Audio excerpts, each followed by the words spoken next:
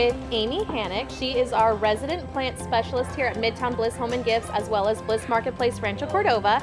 And she's here to give you a dish garden demonstration. So I'm going to let her take it over and tell you how this whole works. Okay, what we're doing today is a beachy themed cactus garden.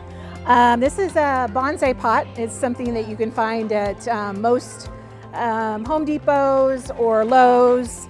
And if you're familiar with Green Acres locally, that's also a good place to find it. I've accumulated some things that give it sort of that beachy flair. So in this bowl we have some different shells of different sizes.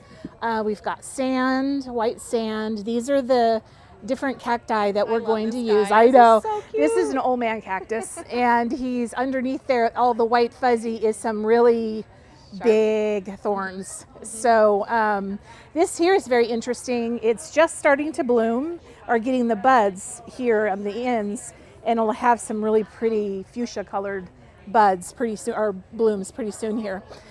We also have some sort of like what you would find on the beach, some little driftwood pieces. I've got this rock, which I'll show you what I'm going to do with this.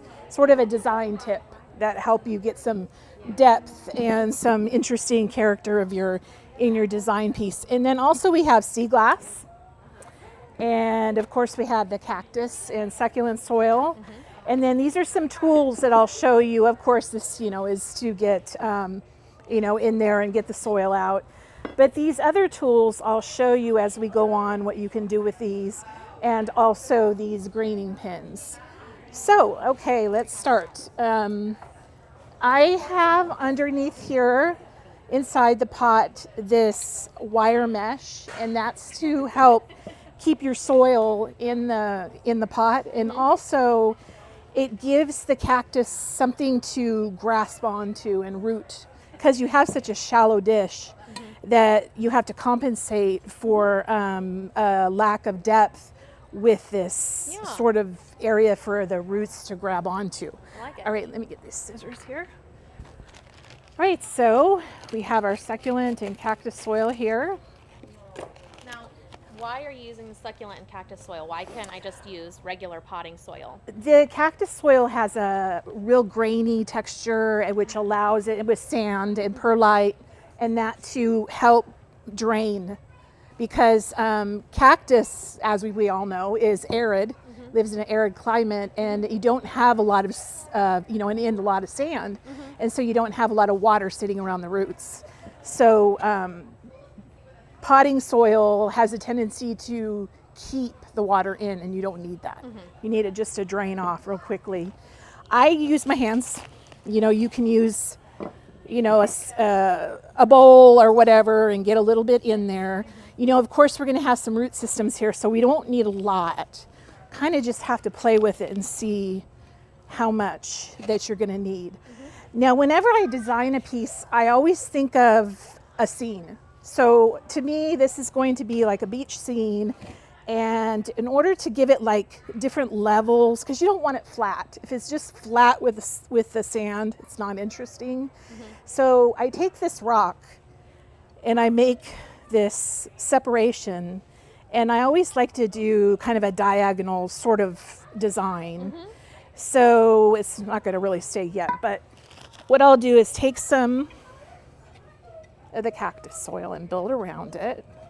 I really like that vein going through that rock. Yes, too. isn't this the greatest rock? Yeah. I love it. I always collect rocks for my dish gardens and different items because I like to bring a theme into it. Yeah.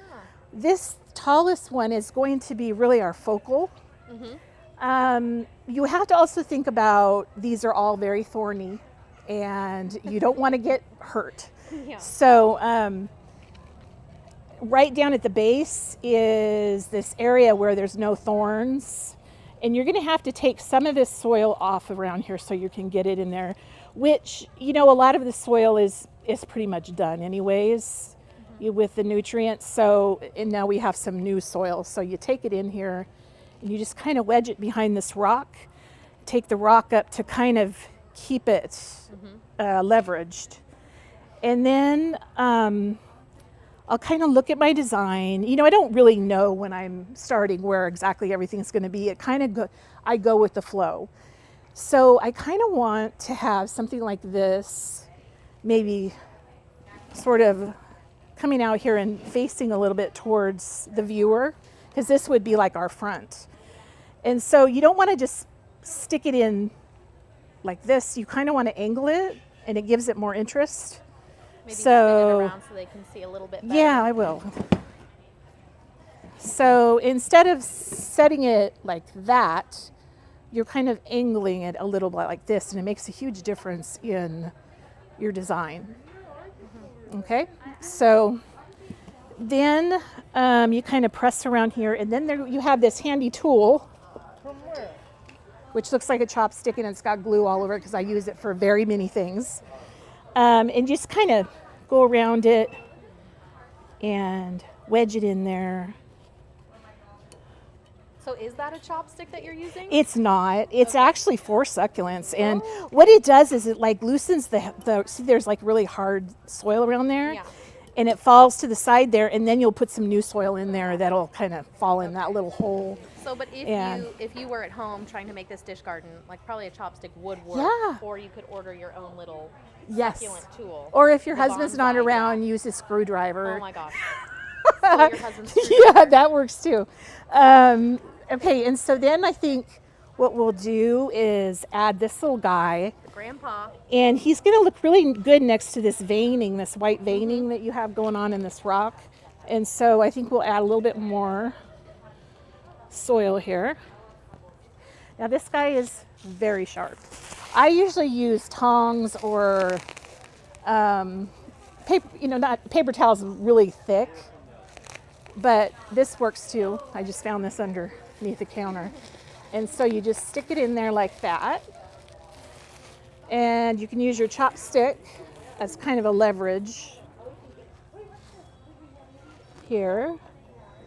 And then kind of position it here very carefully. And then backfill into that space where he is. He, she, whatever.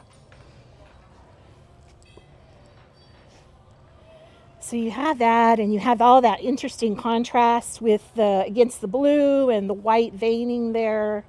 So that looks good. I like that. And this is a variegated optinia, something like that. I don't know. The Latin always gets me. But anyways, it's a great plant because it has a lot of interest in the actual leaves, and then also gets this really nice fuchsia colored, hot pink colored bloom on it. And like I said earlier, it's starting to bud up. So you just backfill, take your chopstick, kind of work it in there.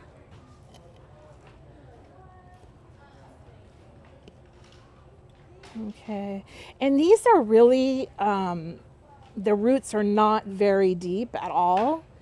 So a lot of times I'll have to take some rocks and kind of leverage them, and then in time they'll root themselves, but they're very fragile. The roots are not very deep, and that makes sense because in a climate where it's arid, you don't have a lot of water sitting around the roots. So I just kind of put that like that. And that sea glass kind of helps hold them in place. Yeah, see, it just kind of wedges in there, and you put them like that. Okay, so then what you do is fill in any little holes that you have. And I have this handy little tool that does like some precision filling in. You could use like a measuring spoon if you needed to, if you were You can. at home and didn't have your special little tool. Yeah, little I measuring spoon have or- used all those different things when you don't have it right at hand, and even it's in the house, but you're outside and Yeah. you just find something. Okay, and then we just need to get a little bit more around this guy.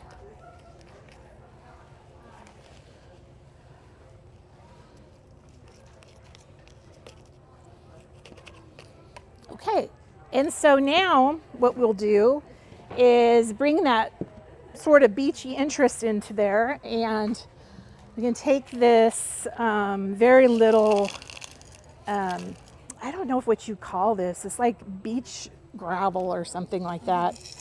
And just kind of pour it around. Cute. I love the contrast. Isn't that adds now too. nice? Yes.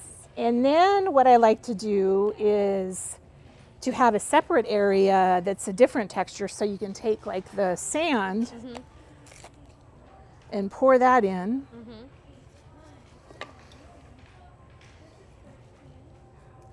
So you have the texture of the rock here on this side, and then you have this soft texture of the sand on this side. And it's really good to think about textures. And I know a lot of times you don't think about them, but with this, you have sort of this soft leaf with a thorny Inside of it. inside, and this too, the soft with the thorns. So it gives it a lot of character. Will you spin this around so they can see the sand on the Yeah. other side there? Yep.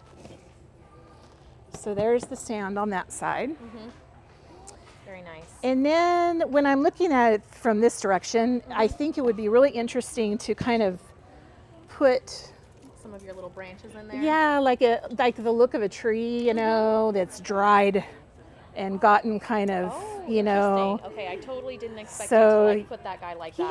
Yeah, just kind of this tree that looks like it's dead or somewhere like that. Yeah. Maybe put it on this side. It's good to Another kind of, little organic piece. and you know, think about angles too. You know, you kind of have a tendency just to put it straight, but think about coming off of this scene. So like, you know, you have this Yeah. sort of this reaching Spin it out. around again so they can see. Yeah. So then on this side, you can see the tree here, and then we have this angle. And I think it would be really good to bring through here as well. So we'll see if we get a good little piece. Just a small one, not even that big.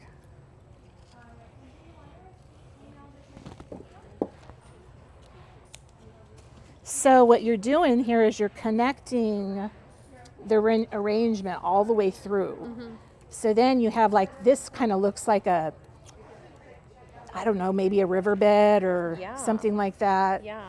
And so you have that look of cohesion throughout the arrangement. And then, let's see, I think we should bring in some shells, some larger shells. This one's pretty, but it's kind of big, so we won't do that. But this sand dollar is really great, and it kind of has that grayish and white tones to it, so we can kind of maybe put it right there. Take a few of these and sprinkle them here, and maybe some here. And then, what do you say? Do we need green or blue, or what would you put in there, you think? I mean, I think I might pop in some of this like amber Oh color. yeah, absolutely. Because we already have a lot of green. Yeah, we do. And then So you can then- get like the amber from this little cactus guy up here. Yeah, there you go. And you know what's nice about this too is like if you have it outside in the sun, it reflects off of the glass, and you know, just makes it cool with that sort of reflection. And I like to, if I put something here, I like to bring it to the back, so you'll have also that reflection of amber coming from the back. And well, I don't know, I think that looks good. I think it looks really beautiful. Yeah, Why don't so you spin it? Give us the 360. okay, one the last 360. There's the side, and that angle, and then we have this angle. Time. Gorgeous. So I think it's pretty easy. I think anybody could do that.